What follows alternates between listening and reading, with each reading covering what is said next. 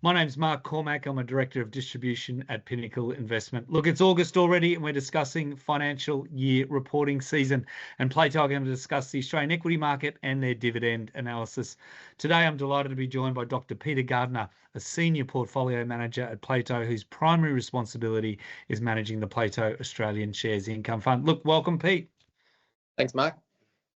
Look, let's kick off with Australia's largest bank, CBA. There's a lot going on in the economy. We've got rising interest rates. You've got inflation, energy costs impacting all parts of the market, and a federal budget impacting the housing market. What have been the key items to look at from CBA? Yeah, so overall, it was a really strong result from CBA. Its profit was up 7% on last year to $11 million, which was about 1 to 2% above market expectations. So overall, the market liked the result. They increased their dividends by 4%. They're now on a 4.1% annual gross yield, which is slightly below the market. So they are still fairly expensive, and they're lucky they didn't disappoint at all, because or else they would have been smashed this year. They were able to increase their interest margin up to 2.05% from 2.04%. So that was a good result in my current market environment. But their loan impairment expense was actually up 47%, half on half. So the second half versus the first half, which is obviously quite high. But to put it in context, that's still below what they reported in FY24. And so while there definitely has been a tick up in their arrears numbers, and you can see that from the chart on your screen on the right-hand side, in terms of the main categories, which are the home loans, that yellow line, it hasn't ticked up very far as of yet. Now, the disappointing thing from the result, which we kind of knew was coming, was that application volumes for home loans have softened markedly. So CBA reported that application volumes were down 17% since the budget. Westpac reported a similar 20% drop since the budget in application volumes. And so that's where the kind of market is struggling a little bit in terms of thinking, okay, how is the growth of the banks going to go going forward? Because it doesn't initially impact their profit, because their kind of new mortgages are only a small part of their overall book.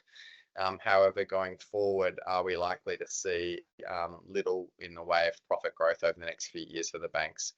And that's kind of where we're at. A few of the other things that came interesting out of the result was that, they noted on that chart at the bottom on the left-hand side, that spending from people that have home loans is significantly below the spending growth of people that don't have home loans. So 24% for people that don't have home loans versus 15%. So we're still seeing a market where if you've got a home loan, then you're struggling versus if you don't. On the following slide, you can see that whilst we've seen the property market tick lower, and this is probably underreporting the drop. So you can see kind of the overall market drop in that top left-hand chart. For the overall Aussie market was down 1% for the June quarter. It's probably significantly below that, given a lot of people don't sell their properties, and therefore it doesn't come up in the official numbers. Whereas somewhere like Sydney and Melbourne, property prices have decreased by 3%. We don't expect a huge drop in property prices. You're probably looking 10 to 15% as the kind of maximum drop. Because when you look at the middle bottom chart that you can see there's 6 different charts on the screen, unfortunately. But on the middle bottom chart, you can see that the total population growth is still well above the growth in dwelling stock that we have in Australia. And so demand for property is still increasing faster than the supply we have. Part of that's because the new dwelling construction costs are going back up again after the Iran war. So even despite kind of home housing affordability being challenging, we're still not really producing enough homes. And therefore, I think we're not going to see a massive drop happening. Okay, look, staying with financial services, insurer Suncorp has already flagged natural hazard costs as a headline theme in their July update. So will Suncorp be able to maintain dividends is the big question. Yeah, so it was a good result for Suncorp, even despite them noting that they had 18 weather events, each over $10 million in FY26, which is quite high. But their overall profit grew 4.5%, up to $1.6 billion, in line with kind of market expectations. Now, given they've kind of traded off a little bit over the last month, we've actually seen the market rally about 4% today. Now, the good news for their dividend was that they announced a final dividend plus a special of 10 cents on top of that.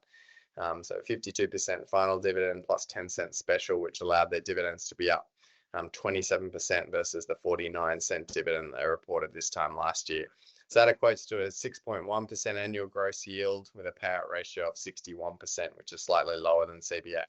So they're kind of 50% higher annual gross yield than CBA, which shows you the kind of relative valuation in those terms. They also announced a $250 buyback, which was positive. So that'll reduce the number of shares on issue for them and allow them to increase dividends again next year, hopefully. And what's worth noting going forward is that they announced their gross written premium forecast was about 3 to 5% for next year.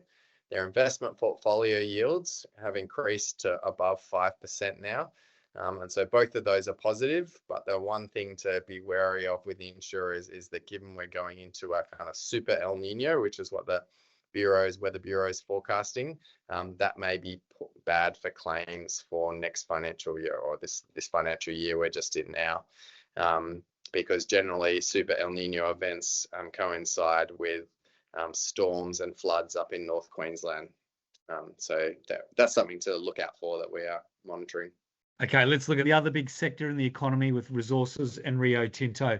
Now, copper has been a big driver in AI demand around the world, and it looks like Rio beat consensus with strong EPS and dividend growth. Pete, tell us more.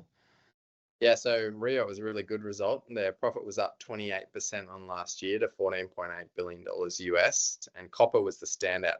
Its profit was up 84% on last year and now makes up 36% of Rio's earnings when you break it down by commodity, which is just trailing iron ore, but we could expect that in the next year to probably top iron ore given the direction copper's going. Their dividend was also up 33% on last year, which equates to a 5.7% annual gross yield on a payout ratio of just 50%. And so Rio, even though its price has rallied in the last year, is still looking fairly cheap when you compare it with a stock like CBA or Suncorp. The thing we really liked about the result was that over the last year, and they're expecting it to continue, they were able to significantly improve the productivity in their business. So they're implementing a lot of cost savings across their business, especially in kind of middle management. And so that's been allowed them to grow their profits going forward. And so we like that about the business. So overall, when you look at these three results and other results that have happened already in this reporting season, it's looking like a pretty good start to reporting season with dividends up. Great analysis, Pete. And look, as always, Plato shows there's plenty of income in Australian equities. You certainly need to be tactical, nimble, and know where to look. Importantly, Plato just doesn't invest in high-yield sectors like financials. It invests across the whole spectrum of the ASX 200, from resources to supermarkets, energy stocks, and industrials. And Plato, importantly, also has a dual objective. One is to deliver higher income versus the market, and the second objective is to outperform on a total return basis. Now, to that point, the Plato Australian Shares Income Fund has delivered 9.3% per annum income since inception, and importantly, it's also outperformed on a total return basis. Now, if you are after any further information on the Plato Australian Shares Income Fund, do not hesitate to contact your Pinnacle distribution representative or refer to the Plato investment website, www.platoplato.com.au. Thanks for watching and have a great day. Thanks, everyone.